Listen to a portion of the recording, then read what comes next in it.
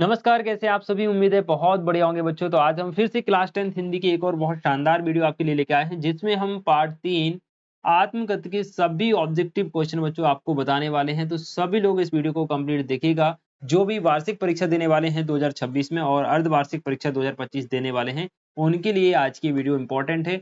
आज हम आत्मकथ जो कि किसके द्वारा लिखी गई है बच्चों, जो कि लिखी गई है जयशंकर प्रसाद के द्वारा, इसके सभी इंपॉर्टेंट फैक्ट जानेंगे। पिछले वर्षों में यहाँ से कौन-कौन से प्रश्न पूछे गए हैं वो देखेंगे और आगामी परीक्षा में कौन-कौन से प्रश्न आपसे पूछे जा सकते हैं, वो सारी चीजें आज की इस वीडियो में हम कंप्लीट करेंगे, इसलिए वीडियो को कंप्लीट देखिएगा।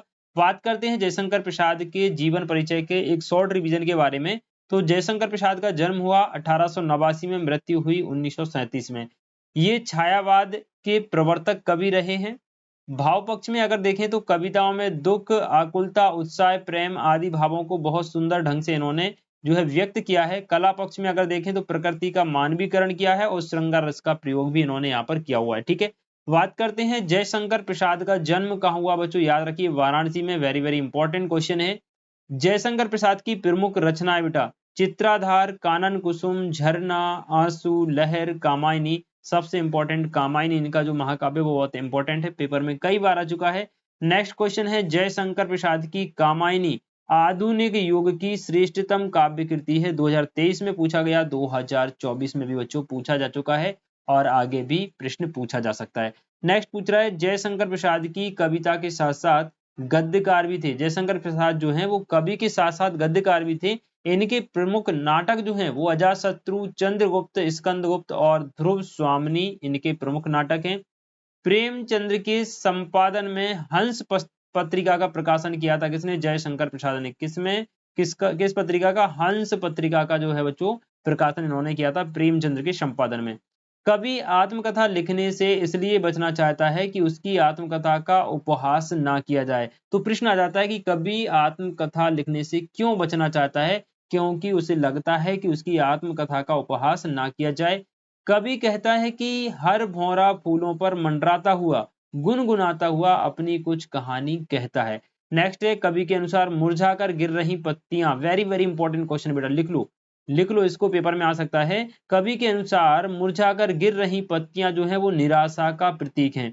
कवि को अपनी आत्मकथा सुनाने में अभी समय नहीं हुआ है, क्योंकि कवि को अभी जीवन में कोई उपलब्धि प्राप्त नहीं हुई है। स्मृति पाथे से कवि का आशय स्मृति रूपी संबल से है। इंपॉर्टेंट लाइन है। कवि के आलिंगन में सुख आते आते रह गया।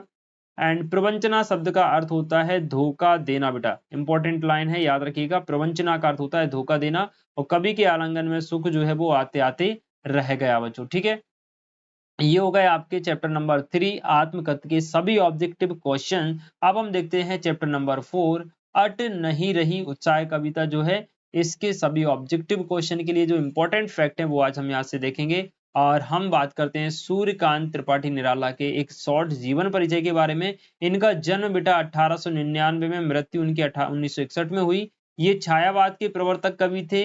भाव पक्ष में ये रूढ़ियों के विरोधी रहे हैं और इनकी कविताओं में, इनकी रचनाओं में वीर रस और ओज गुण की प्रधानता रही है। कला पक्ष इनकी जो भाषा है वो धारा प्रवाह शुद्ध खड़ी बोली है और इनने मुक्तक छंद का विकास हुआ है इनकी रचनाओं में, काव्यों में, और इन्होंने प्रकृति का चित्रण भी किया हुआ है। ठीक है, अब हम देखते हैं इस पार्ट के सभी इंपॉर्टेंट ऑब्जेक्टिव प्रश्न के लिए जो इंपॉर्टेंट फैक्ट हैं। आप देख सकते हैं यहाँ से काफी सारे क्वेश्चन ऐसे हैं जो कि पिछले वर्षों में पूछे गए हैं। सबसे पहले हम देखेंगे सूर्यकांत त्रिपाठी निराला की प्रमुख रचनाएं, जिनमें अनामिका, परिमल, कुकुरमुत्ता और नैपत्य हैं। सेकंड वेरी वेरी इंपॉर्टेंट 2024 का प्रश्न है, निराला रचनावली के 8 खंडों में उनका संपूर्ण साहित्य प्रकाशित है।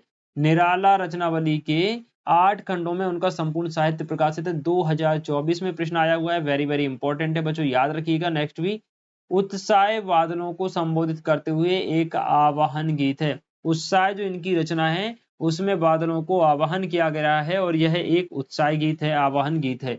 बादल निराला का विषय, प्रिय विषय है। बादल जो है वो निराला जी का प्रिय विषय है। उत्साह कविता में ललित कल्पना और क्रांति चेतना दोनों है। उत्साह कविता में ललित कल्पना भी है और क्रांति चेतना का भी जो है झलक हमको देखने को मिलती है।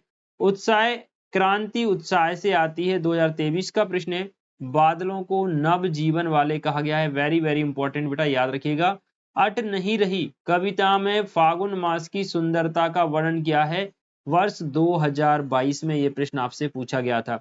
बादल अज्ञात दिशा से आते हैं, याद रखिएगा कहां से आते हैं, अज्ञात दिशा से। अट नहीं रही से आशा है फागुन की सुंदरता प्रकृति में समा नहीं रही है। अट नहीं रही का मतलब होता है फागुन माह में जो वसंत पंचमी की सुंदरता होती है वो प्रकृति में समा नहीं रही है।